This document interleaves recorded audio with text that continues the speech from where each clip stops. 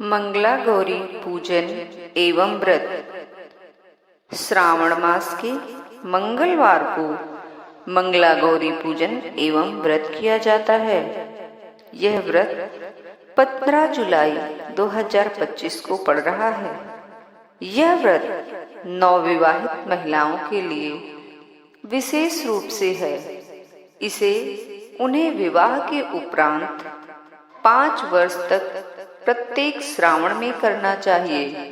इस व्रत के प्रथम दिन निम्नलिखित संकल्प लें।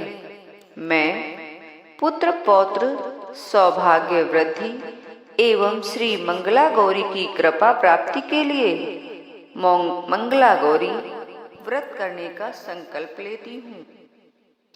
तदुपरांत माँ मंगला गौरी का चित्र या प्रतिमा एक चौकी पर लाल वस्त्र बिछाकर स्थापित कर दें।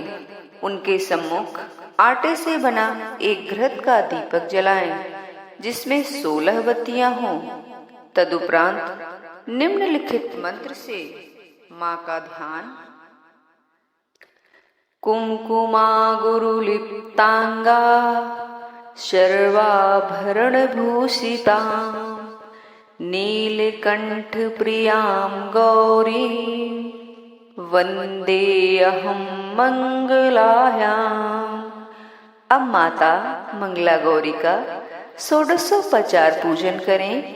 पूजन के उपरांत माता को 16 माला, लड्डू, 16 फल, 5 तरह की मेवा, 16 बार 7 तरह का अनाज, 16 बार जीरा, 16 बार, 16 बार धनिया, 16 बार पान, 16 सुपारी, 16 लौंग, 16 इलायची, सुहाग का संपूर्ण सामान, 16 चूड़ी आदि चढ़ाएं।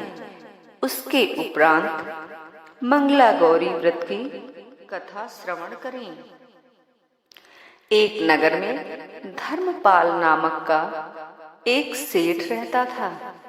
वह सुलक्षणा पत्नी एवं धन वैभव की प्राप्ति के कारण सुखी था, किंतु उसके कोई संतान नहीं थी।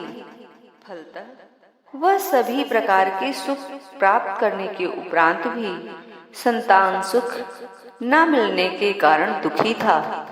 इस कृपा से कुछ समय पश्चात उसे एक अल्पायु पुत्र प्राप्त हुआ।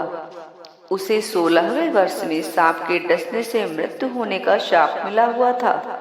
सौभाग्य से उसका विवाह 16 वर्ष से पूर्व ही एक ऐसी कन्या से हो गया जिसकी माता ने मंगला गौरी का व्रत किया था।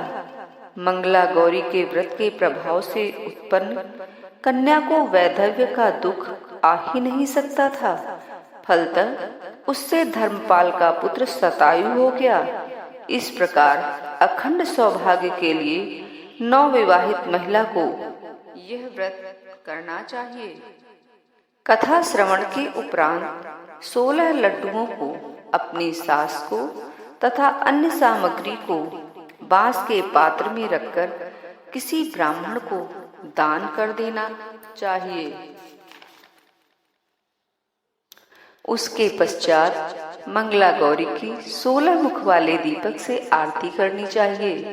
दूसरे दिन किसी जलाशय में माता गौरी की प्रतिमा का विसर्जन कर देना चाहिए। 5 वर्ष तक मंगला गौरी पूजन करने के उपरांत 5वें वर्ष के श्रावण के अंतिम मंगलवार को इस व्रत का उद्यापन करना चाहिए। जय मां मंगला गौरी।